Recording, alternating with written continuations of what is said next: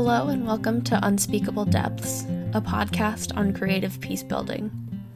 This episode is going to be a bit more of a personal one. I'm going to be talking to you today about how I became interested in the intersection of arts and conflict transformation, and then introduce you to a team that I've been working with for a while on this.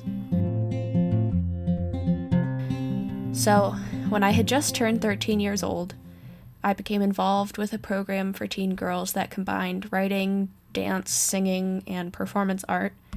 And in this program, we would create in all these different formats for about a week, and then compile the pieces we wanted to share into a public performance.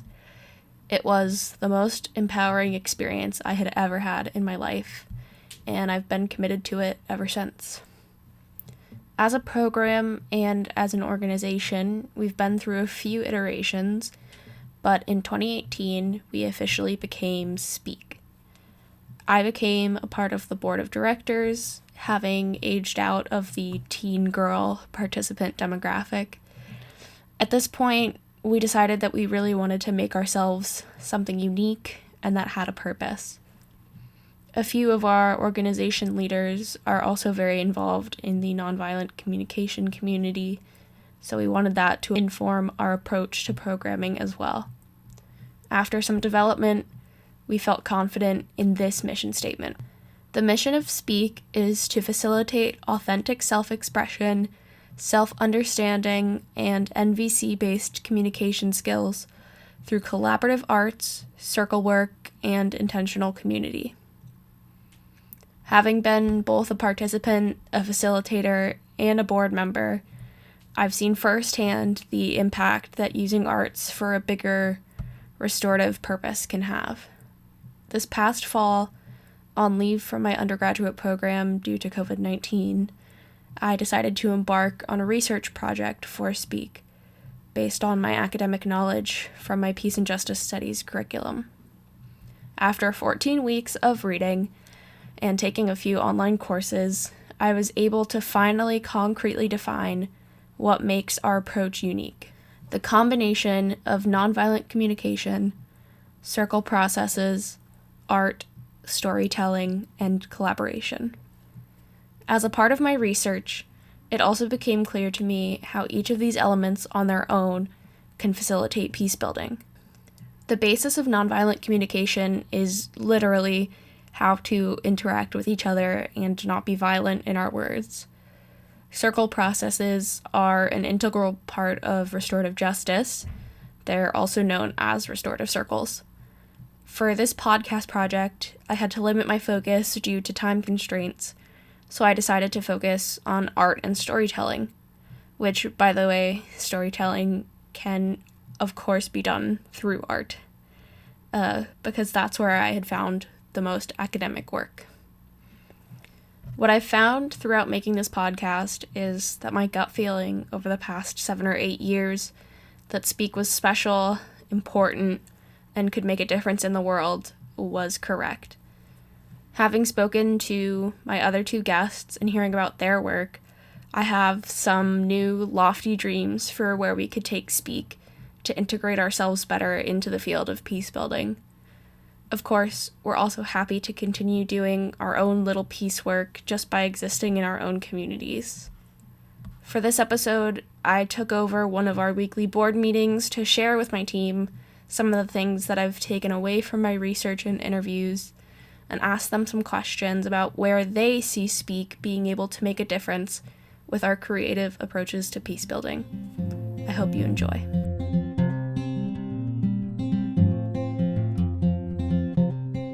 I'm Jenna. I've been with Speak since its inception, I guess. I focus more on the writing aspect of prompts and I guess I just I really believe in the power of being able to speak about your life in a non-judgmental environment. And I strive to help provide that environment. And I love what we do here. I am Rhonda Eldridge. I am the Executive Director of Speak, and I have been part of this ever since I had coffee with Jenna when she was a teenager. And my job is to provide the resources and the platform and the support for all those who are looking to author their own life, and through all types of ways of speaking into it, whether it be writing or music or movement or visual arts, and or a combination of all of those. Hi, my name is Brad. I've been with Speak essentially right before we became a nonprofit.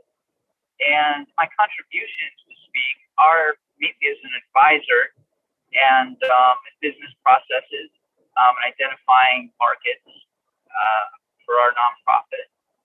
And I am motivated by the wonderful people that I'm around on the board, who I have seen done fabulous performances with our participants, and the real change that they bring to our audience, our participants in the past, and the kind of the beauty of seeing real change in our world through the certain audience we've had, which has been young women in the past. Hey, I'm Kate.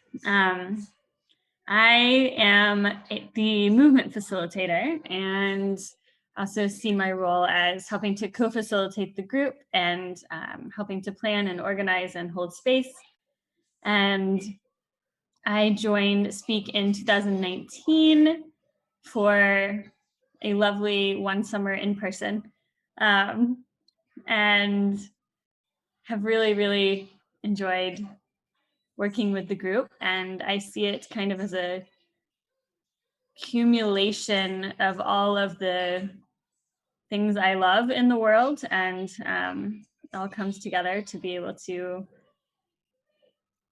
provide for this group and this authentic community and this space where people can learn and grow and become more themselves and connect more deeply and authentically with others. And excited to see how we are going to grow and change as an organization in the coming future.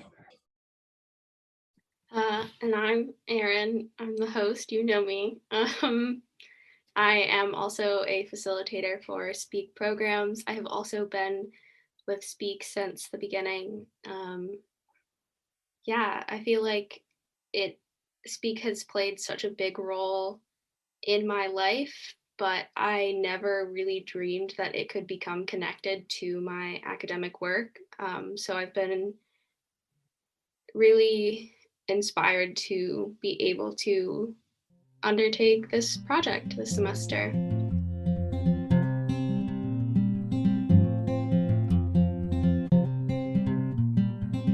Why and how did Speak begin?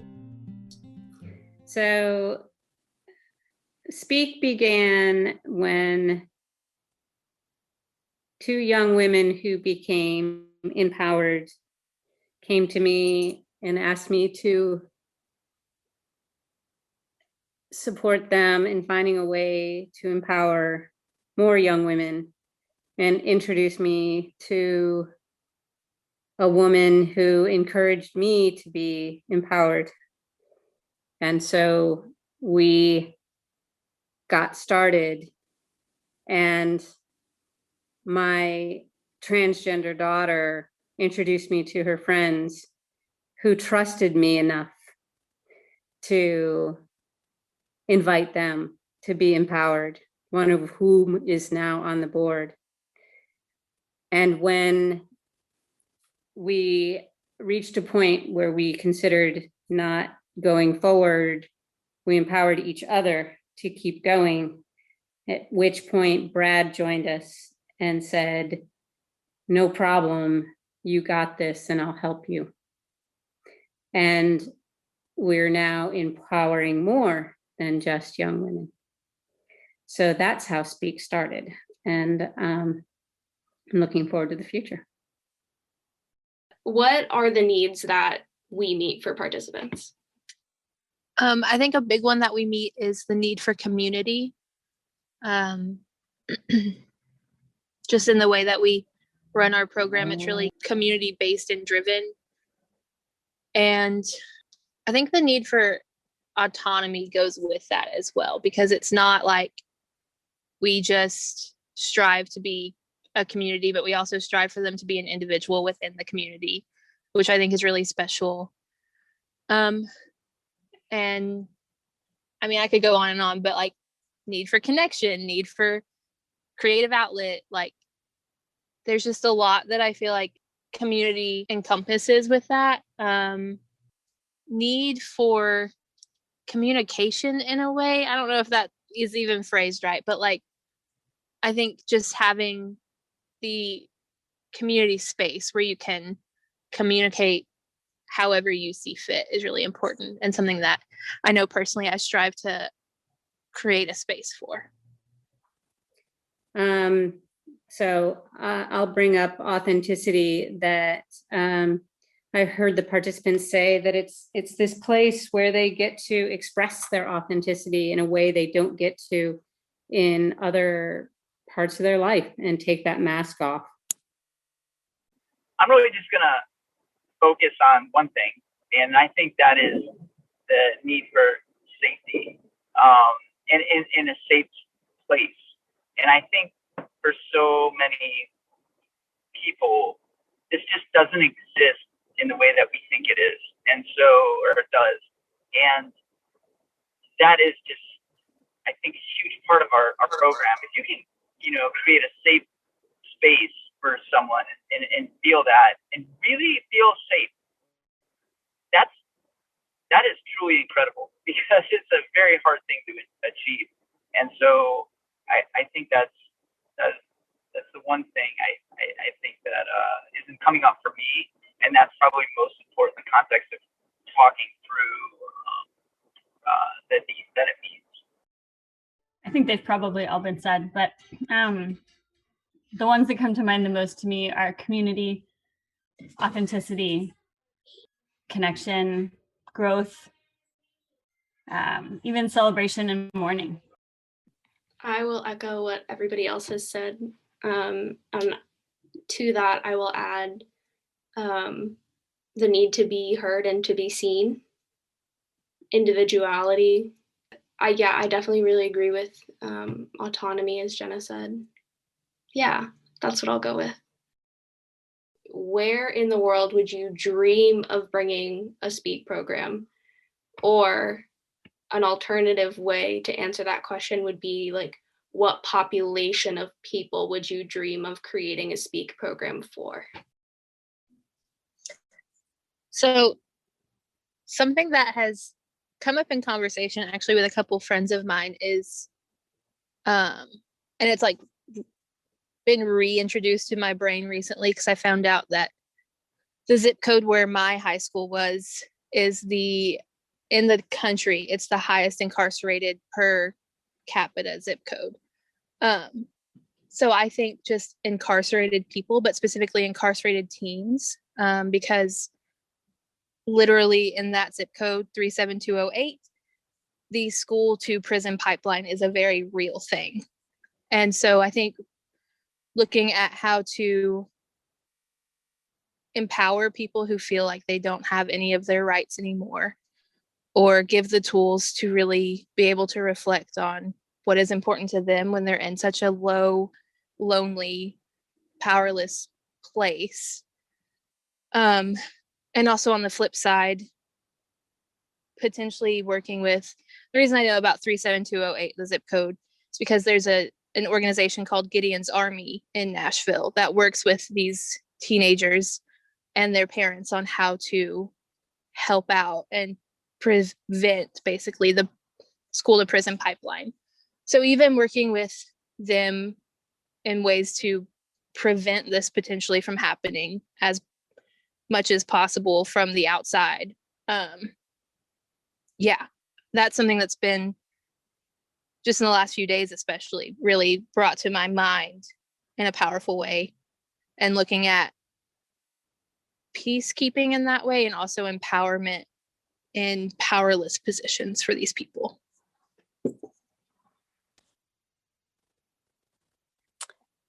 My answer is that I would like to speak to retirement homes, and specifically, I would like to take it to retirement homes that have people of color. And I think that's kind of complicated because I'd also like to have facilitators of color were we to do that.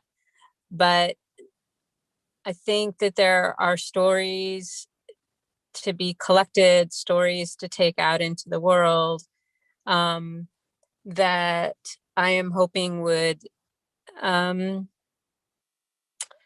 don't know, the wisdom of our elders that is being lost, something like that. I think is a big part of any chance for peace. So maybe it's not just elders of color, but it's elders in general. Yeah, I'd like to speak to elders in general. Yeah, great question. It's a simple question, and with all different answers.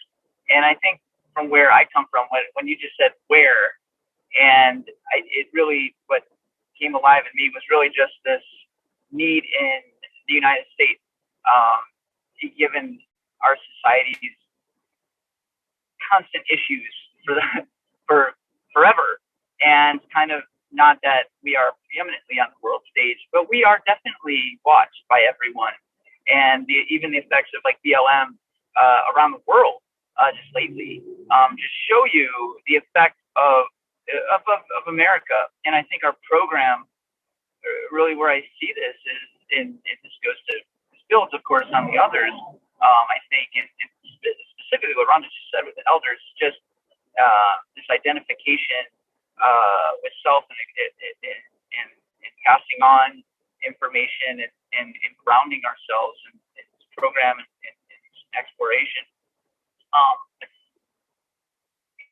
And so, yeah, basically, that's where I see it, as the way you asked, and more of the location perspective, because I do think the program is applicable to all groups of people.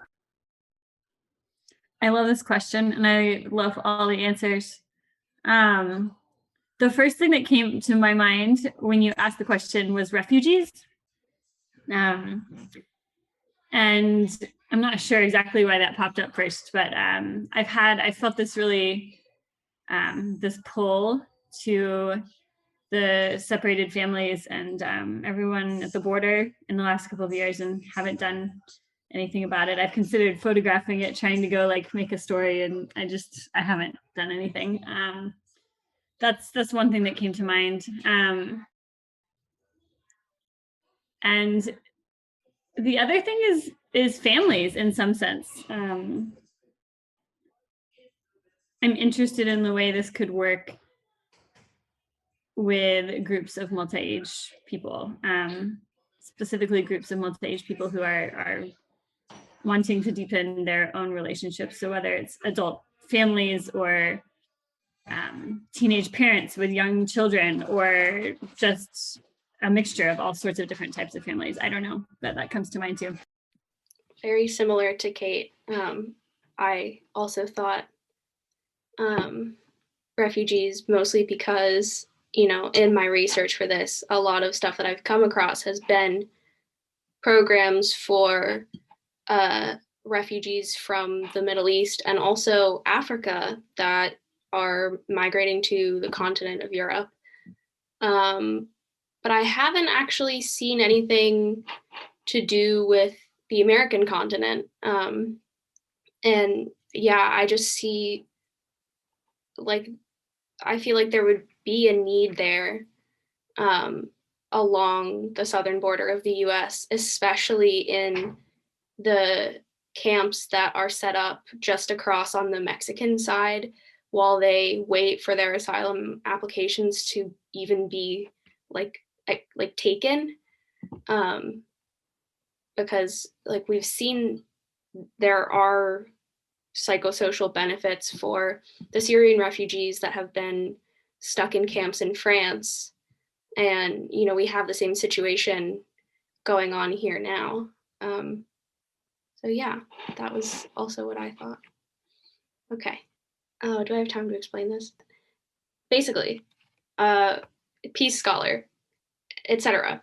Transformational processes happen at the personal, relational, structural, and cultural levels. And there's a lot of work on how artistic processes can bring about personal and relational change. But can you dream of what art at a structural level would look like? Like, what would an artistic peace building program to change the structures of society be?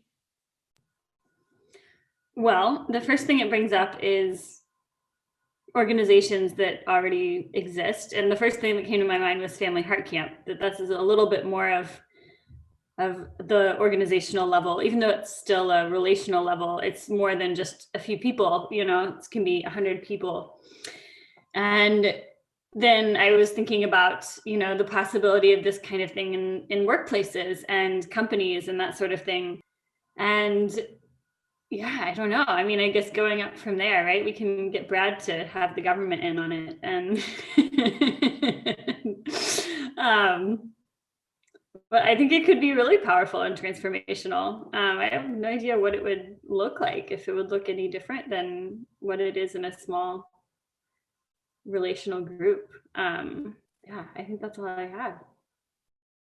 Yeah, another huge question. I'm enjoying this, by the way. This is really cool, and I get to learn along the way as well. So I think the way this, if I'm getting this right, this relates to kind of the larger context of individual versus societal change. Is that when you break it down, in a group, exploring your needs and your artistic ability and showing that, again, in a safe place between, it could be two parties, it could be parties legal term, meaning to state, countries, to whatever it may be, and that's not the whole population, but population's leaders or the representatives, in any sort of group, and even in a militaristic group, where you can have a lot of, respect between two warring parties, for each other, and looking at their needs and things, and just, but then gaining a greater respect and admiration for the beauty of what they are. And so I think that at that level, it's this transparency of yourself, and you're opening up to the awareness of others that you're around through, like, our program, where you're in a group and you do this exploration. I think it sets the course for what would be the same as if two presidents or whatever it was, two leaders were in the room, or something like that are there on behalf of millions or whatever. It's the same. It's a process of human experience, and so yeah, I think that's where I kind of take that question at the highest level. Is it's all relational to these very basic communications and exposure, transparency between one another, to explore these kind of higher level organizational structure, interactions, whether it be governmental or nonprofit or humanitarian, things like that.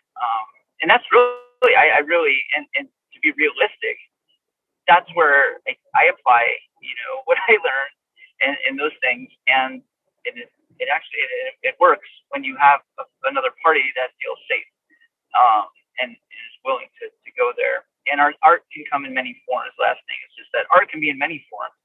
So whether it's spoken word or performance based, just in movement or many other. My idea is really, I guess, tiny. And I would love creative ideas on how to implement it, because I think it is all based on trust. And I wish there was a way, or wish I could come up with a way, because I think it's that little nugget of creativity and trust that you start building, is that in that corporate structure to have some kind of little teeny tiny check-in at the beginning of meetings, and some little teeny tiny way of doing show and tell. Show and tell was wonderful. You know, you brought in something personal and you said, this is what I brought from home, and this is a little piece of me. And we don't do that as grown-ups. And it is much harder to, I don't know, it's just much harder to hate somebody or to not look for peaceful solutions with somebody once they've done show and tell and once they've done a check-in. Yeah, mine is also more on a smaller scale, I'd say. Something we don't highlight enough of what we do is that whenever we start with a new group, we have that group sit down and create their own intentional norms or rules for what their time together is going to look like. And I think just doing that, on having very clear agreements on this is okay, this is not, and when you do something that's not, we will like have a discussion and kind of sort it out so that things don't fester. I think that builds the space for support and creativity and authenticity. I think that is really what creates this space that is sort of a magical place to be in and allows you to really express yourself. So, I mean, if every corporate meeting started with, okay, what are our ground rules for this meeting? Like, what does this look like? And then doing a check-in to make sure everyone's on the same page, that really opens it up for a lot more growth and positive things to come. This is probably going to be the last question, because it will allow you to wax philosophical. So go off all you want. It is a quote that I'm going to ask you to sort of just like reflect on, respond to, connect to, speak in any way that you so desire. We're once again returning to John Paul Lederach, the father of conflict transformation. And also, I think his wife, they wrote this book together. Anyway, the quote is, "The experience of violence creates an experience of unspeakable depths. Words alone attend to only a small portion of the deeper process." Okay, so I am full transparency coming at this straight out of therapy. So I'm more thinking about how, which I just had this conversation today, how your body stores feelings, right? Like, you can say you're over it, you're fine, but if you're in a situation where something comes up, your body is going to show that you are not over it and fine. And I think part of what we do with Speak that is so important, well, yes, I am more writing minded, right? Like I process things more through journaling and speaking and whatnot. Something that I find really important is the movement aspect and connecting with your body in ways that you're not necessarily asked to or even given permission to in day-to-day life. And something that I've held firmly on, even in changing movement facilitators, is that starting out with like a body check-in where you see how each body part moves, what it can do, just really checking in on, oh, didn't realize my wrist shook this way and not the other way, you know, just simple things like that really open the canal kind of when I say this word, my body feels like this. When I feel like this, it's because I'm in this situation. Yeah.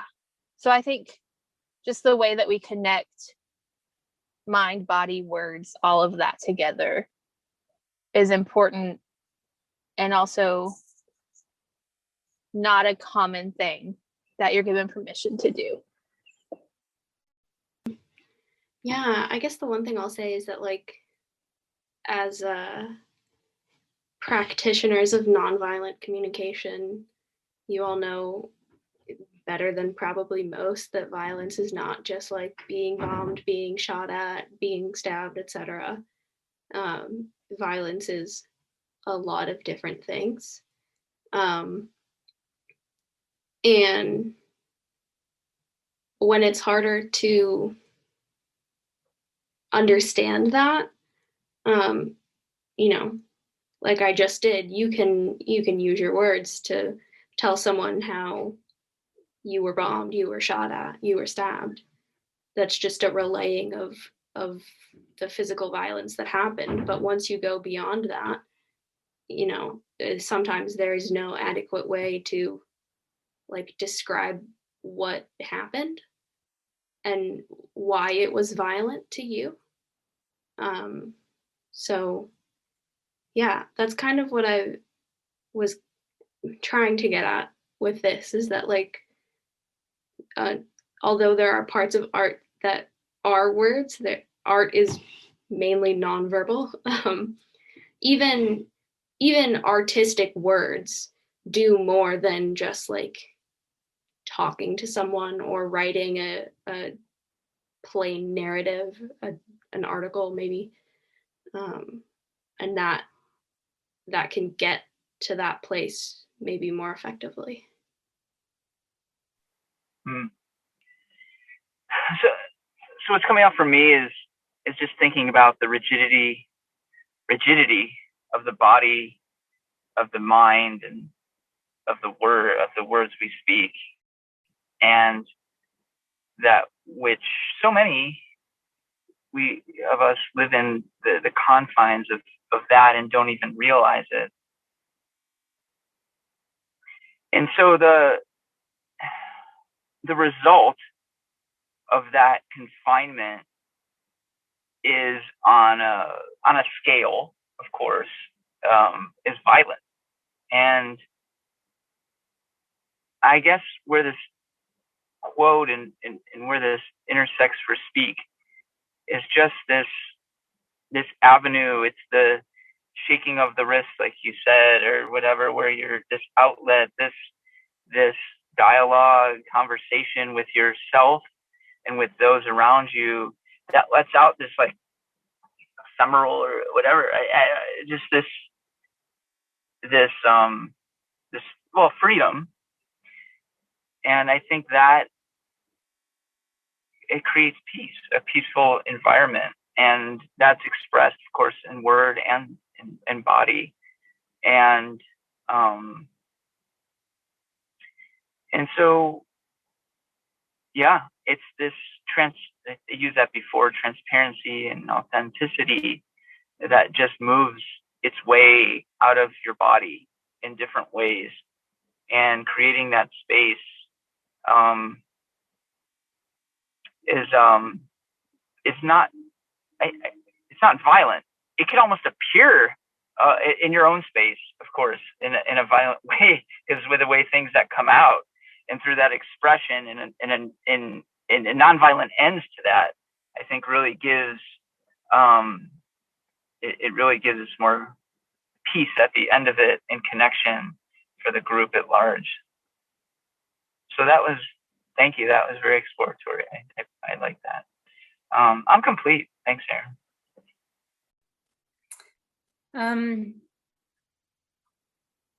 I'm actually taking this call in the Common House, and it's where we have the circle, often, at least the end of the day circle, and I've had the honor to be in the circle. And what came up for me was the opportunity to hear other stories, to hear your stories, to hear the girls' stories, to see the movement, to see the dance,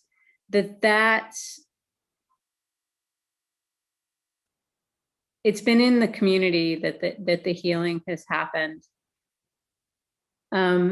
Not just in the performances and watching the performances, but in being in the circle and hearing the words. And I'm aware of that because when we did online Speak this summer, it happened again. We didn't even have to be in the exact same room, but hearing people share their hearts.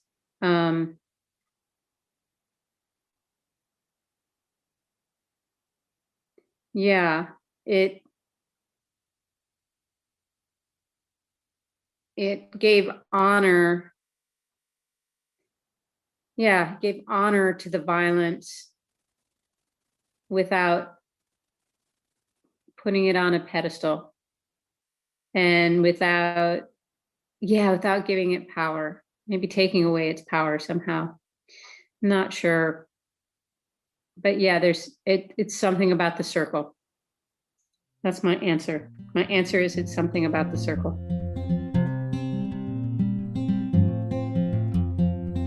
You can find out more about Speak on our website, www.speakfor.org. That's speakfor.org. Thanks for listening.